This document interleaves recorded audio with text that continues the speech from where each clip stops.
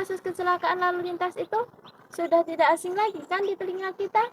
Apa nih? Kasus kecelakaan lalu lintas merupakan keadaan serius yang menjadi masalah kesehatan di negara maju maupun negara berkembang. Di negara berkembang seperti Indonesia, perkembangan ekonomi dan industri memberikan dampak kecelakaan lalu lintas yang cenderung semakin meningkat. Hal ini disebabkan oleh ketidakseimbangan antara pertambahan jumlah kendaraan yang mencapai 14 hingga 15% per tahun dengan pertumbuhan prasarana jalan yang hanya sebesar 4% per tahun.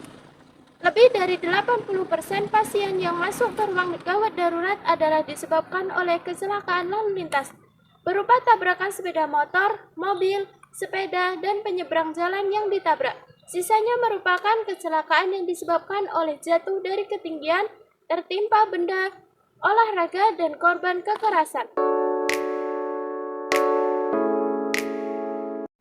Menurut Mabes Polri, setiap tahun tercatat 9.856 orang meninggal akibat kecelakaan lalu lintas tersebut. Tingginya korban kecelakaan tersebut disadari telah mendorong tingginya biaya pemakai jalan.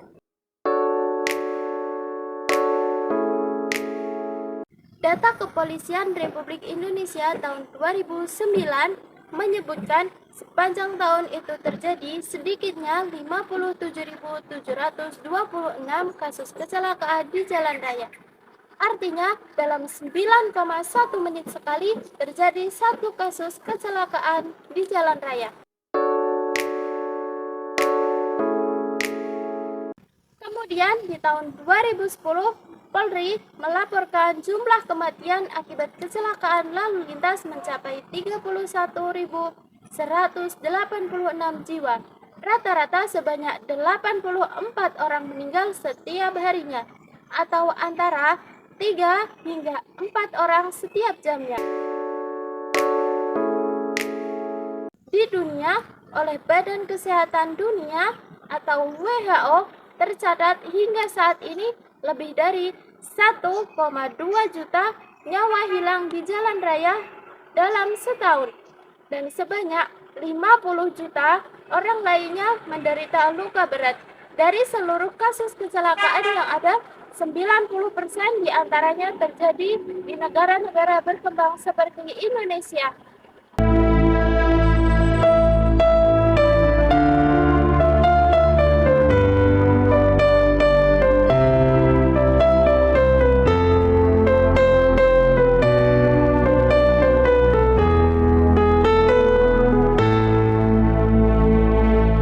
Dari sekian banyaknya kasus kecelakaan lalu lintas yang sudah saya sebutkan tadi, saya mempunyai 6 tips berkendara dengan aman. Yang pertama, menyiapkan kendaraan.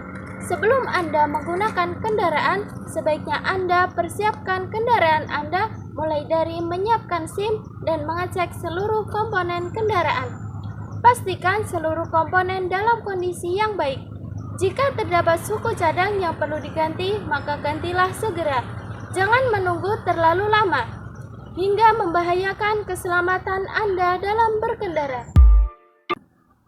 Yang kedua, menggunakan perlengkapan keselamatan.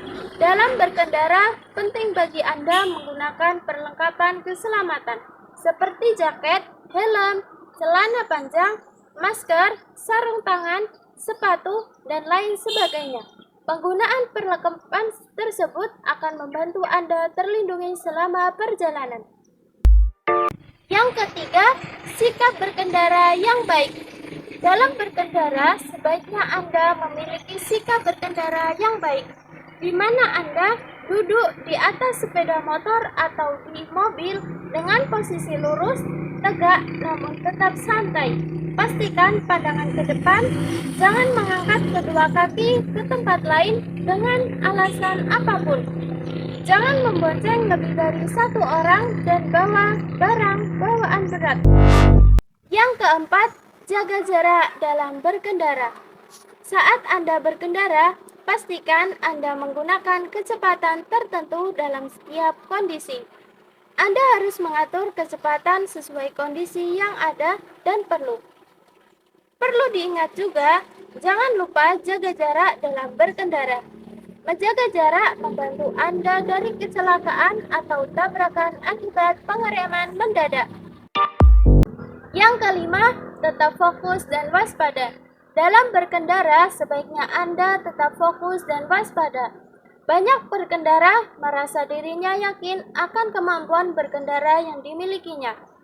Mereka terkadang merasa kecelakaan tidak akan mungkin terjadi. Namun, perlu diingat bahwa sikap demikian akan menciptakan kecerobohan dan kurang hati-hati.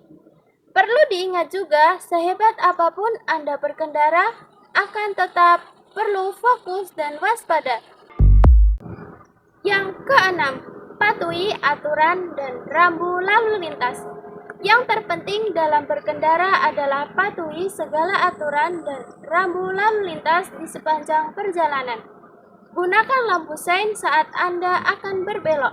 Pastikan Anda mematuhi segala aturan dan rambu lalu lintas yang ada.